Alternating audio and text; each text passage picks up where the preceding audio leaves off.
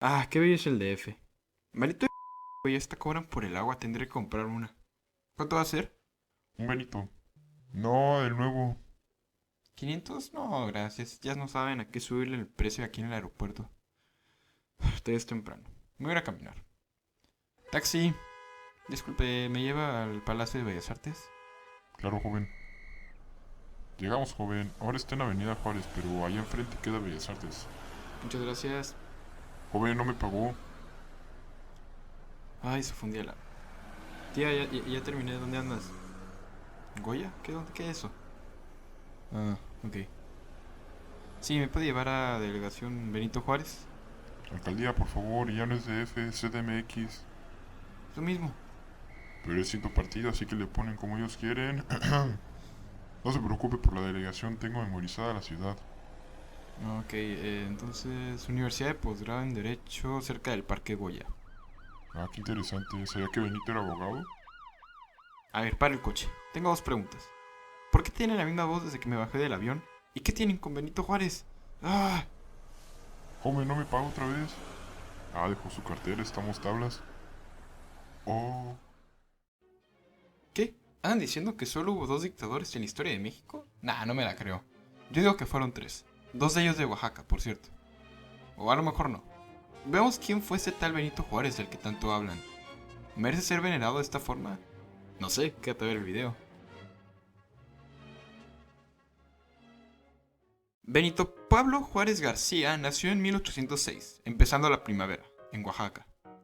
Si bien él nace todavía en la época colonial, para cuando México obtiene su independencia, él tenía 15 añotes. Tuvieron que pasar 3 años para que se hiciera una constitución. Y de por sí las vidas por aquellas épocas no eran de lo más estables, imagínense que tus primeros 14 años de vida, en los que te vuelves un poco más independiente de la familia, sean llenos de preocupación. Benito crece en un contexto de guerra. Esto lo marcará de por vida para entender acciones posteriores que puede realizar. Si bien crece en un contexto de guerra, afortunadamente ocupaba su cerebro en otras cosas que independencia, y a los 12 años se va al monte para ser sacerdote, con el padre Salanueva, quien se convertirá en su figura paternal. Con este señor es con quien Pablo encuentra su amor por los libros. Sin embargo, se encuentra con que el clero estaba lleno de contradicciones y era terrible, así que lo deja. Cuando le pasa esto, justo estaba estrenándose el Instituto de Ciencias y Artes de Oaxaca, así que Benito se inscribe, estudia leyes y en 1834 se gradúa de la universidad, en la carrera de Derecho, convirtiéndose en la primera persona a la que se le da un título de abogado por parte de la universidad. En 1831 se convirtió en el regidor del Ayuntamiento de Oaxaca y se juntaba con la plebada liberal. Veía las injusticias que recibían los indígenas y se puso de su lado. Incluso fue encarcelado, 2 veces por esto. Juárez corrió con mala suerte, pues para cuando empezó esto, el gobierno conservador estaba tomando forma, y a su vez, la primera dictadura del país. En 1847 se convirtió en el gobernador del estado. Cuando estuvo en gobernación se encargó de realizar obras públicas, como caminos. Duplicó el número de escuelas del estado a 100, construyó un camino hacia la capital del país, y creó el puerto de Huatulco. Por esas épocas, Santa Anna estaba intentando salvarse el pellejo de los estadounidenses, que para este momento ya tenían ocupación de la capital.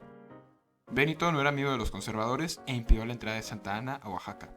E hizo bien Juárez, pero cuando te metes con un dictador en el siglo XIX, no saldrás con saldo blanco. Y Santa Anna esperó para su venganza. Pero ustedes no van a esperar. En 1853, cuando Santa Anna vuelve a tener el título de presidente, y cuando Pablo estaba dando cátedra, llegaron a apresarlo, pero pidió 5 minutos para que lo terminara y lo dejaron. Pasó a su casa para despedirse de su esposa, pues era posible que fuera una fusilación, pero no, lo llevaron a San Juan de Ulúa. Después se lo llevaron a Cuba y de ahí llegó a Nueva Orleans, Estados Unidos. En este momento pasó de ser un político local de Oaxaca a ser parte de algo más grande. Pasa a ser nacional. En Nueva Orleans se junta con varios exiliados políticos y vuelven a México, deponiendo a Santa Anna de una vez por todas. Gracias a uno de los múltiples planes realizados en México, en cuestión el de Ayutla, que era de poner a Santa Anna del poder, y queda como presidente Ignacio Comonfort. Ignacio Comonfort, como diría Eduardo Parra, hace lo que solo es posible en un país latinoamericano. Se da un autogolpe de estado. Uy, Fujimori, tú mereces un documental. Oh, sí hay. Bueno, Comonfort era amigo de los liberales y de los conservadores, y no quería dejar mal a ninguno. El 5 de febrero de 1857 fue estrenada la Constitución, y lo principal de esta era la libertad de enseñanza, imprenta, trabajo y le quitaba poder al clero. El 16 de septiembre es puesta en efecto la misma y el 1 de diciembre Nacho afirma que validará la Constitución a como dé lugar. México se convirtió en un país democrático, estable, potencia mundial. ¿Oh, qué? No, me informan que 2 semanas después desconoció la Constitución, obligándolo a dejar el poder después del ridículo que hizo. En estos momentos, Juárez era el presidente de la Suprema Corte de Justicia, y como tal, era el vicepresidente de la República. Cuando Comonfort renuncia al poder, deja a Juárez como interino. Como niños chiquitos, los conservadores encierran a Juárez en un cuarto de intendencia en Palacio Nacional. De alguna forma, logra escapar y llega a Guanajuato para reunirse con gobernadores liberales y decidir qué van a hacer. Lo que hicieron fue reconocer a Benito como presidente y desconocer a Félix María Zuluaga. Se cree que la guerra de reforma o de 3 años se origina cuando Juárez va a Guanajuato, desconociendo el gobierno del otro bando. Pero realmente se origina con el capricho del mayor enemigo mexicano, el clero. Oh, así es, el bendito clero.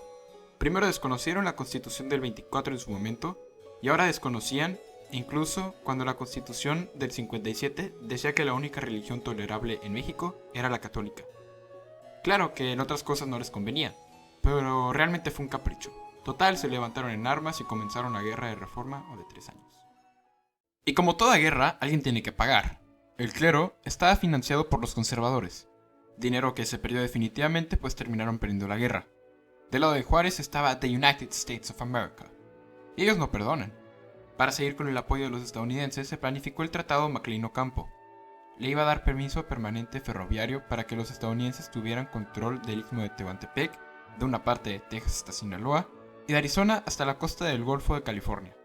Esto era para la movilización de tropas norteamericanas.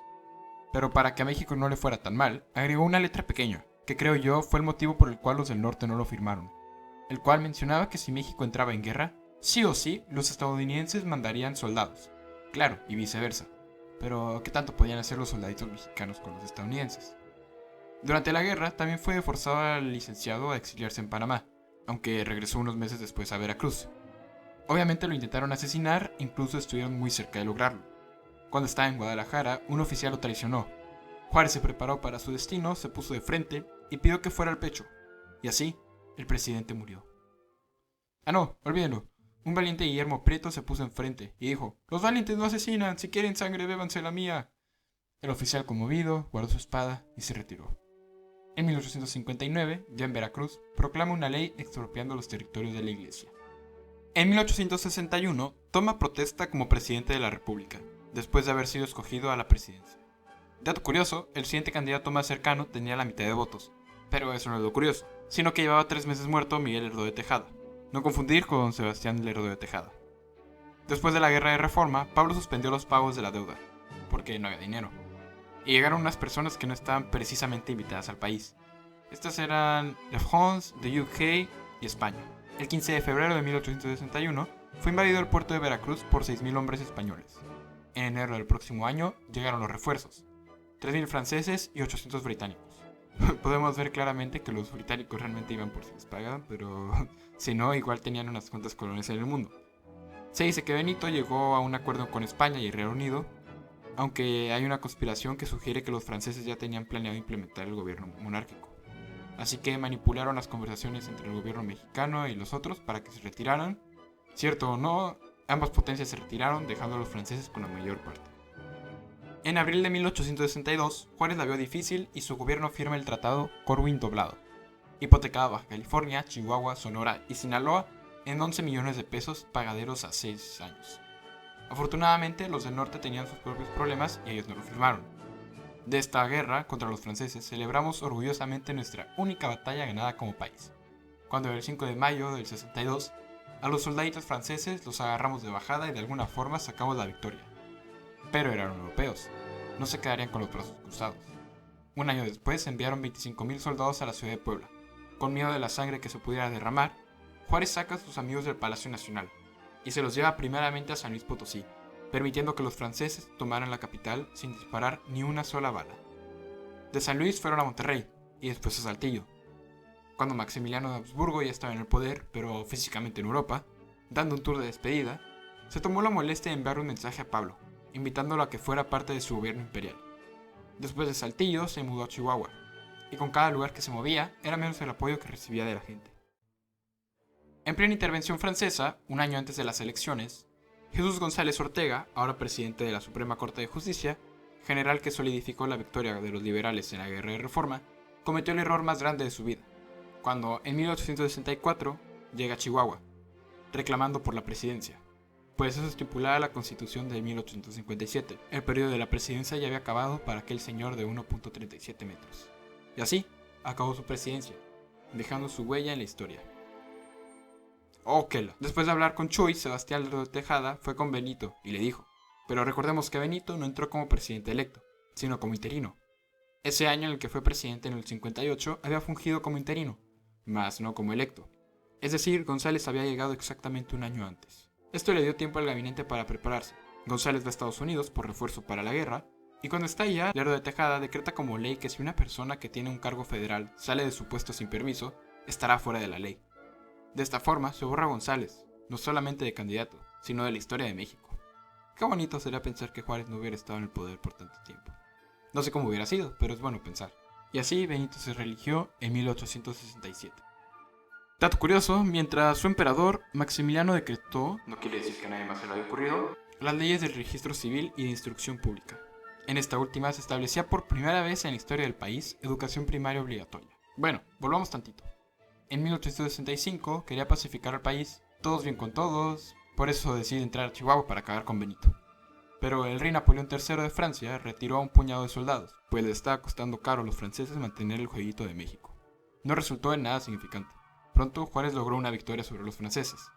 Y entre que Maximiliano titubeaba para irse o no, en Orizaba, es interceptado y asesinado en el Cerro de las Campanas. Si analizamos esta historia, realmente, como todo, es la lucha de poderes. Juárez no quería quitar a Maximiliano porque estuviera en México, sino porque él ya no era el que gobernaba. Se dice que Maximiliano y Juárez nunca se conocieron en persona, y probablemente es cierto. Juárez medía 1.37 y Maximiliano alrededor de 1.90. Cuando Juárez vio su cadáver, mencionó que a lo mejor era alto, pero no tenía cualidad de poder. Pobre Maximiliano, nos quería un chorro. Pero México a él no, imagínate que entran a robar a tu casa, pero el ladrón le caes bien y te instala el internet. En las elecciones de 1871, Benito se quería reelegir. Incluso se cometió un fraude enorme. Y en una carta que le escribe Ignacio Mejía, que era su compa, le dice, si al pueblo no le interesa la democracia, la tenemos que hacer nosotros. O sea, llenar las urnas. Y en efecto, ganó esas elecciones. Fraudulentamente, pero las ganó. Incluso dos personas que estaban de su lado la última década se pasaron a la oposición. Sebastián Lerdo de Tejada y otro personaje se le unió. Crearon un plan, como debe ser, llamado Noria. Este personaje se llamaba Don Porfirio.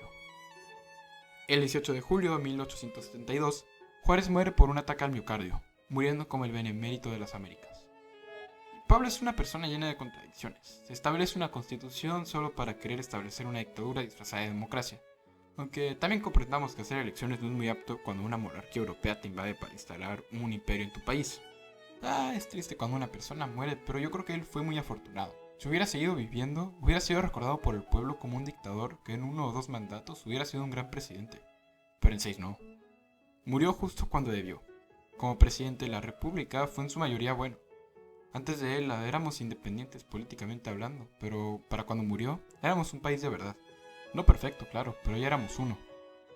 Se dice que si Benito no hubiera muerto, se iría vivo, que no se quería salir del poder. Pero no te preocupes, Pablo, que no eres el único que peca de esto. Justo tu no inmediato sucesor, el general Díaz, sufrió del mismo malestar, y tu tan poco inmediato predecesor, Santa Anna, también. Cuando Miguel Alemán llegó al poder, pidió que pusieran la imagen de Benito Juárez en todas las oficinas del gobierno. Porque los caudillos se habían acabado y era época de licenciados. Y cuando llegó Fox, la cambiaron por Madero, por cambios pacíficos y cosas por el estilo, ya saben. Claro, estoy de acuerdo que debe ser reconocido este personaje por lo que logró, aunque se nos salió de las manos. Durante la realización de este video, nuestro actual presidente visitó Washington DC. Sin embargo, lo que me cayó de sorpresa fue ver esta foto. ¿Qué? No, esa no. No, esa tampoco. Sí, esa mera. Busqué los simbolismos de esa estatua y de la capa no encontré nada. No sé para ustedes, pero esa capa para mí me da una idea de ser monárquica, aunque Pablo era republicano. Y lo otro realmente no es nada exclusivo de la estatua. Varios pecan de decir que el derecho al respeto ajeno es la paz. Es algo que le nació del corazón a Juárez. pero realmente fue dicha primero por Kant en su obra sobre la paz perpetua. Y antes de Kant, otros ya la habían formulado de otra forma, pero con la misma esencia.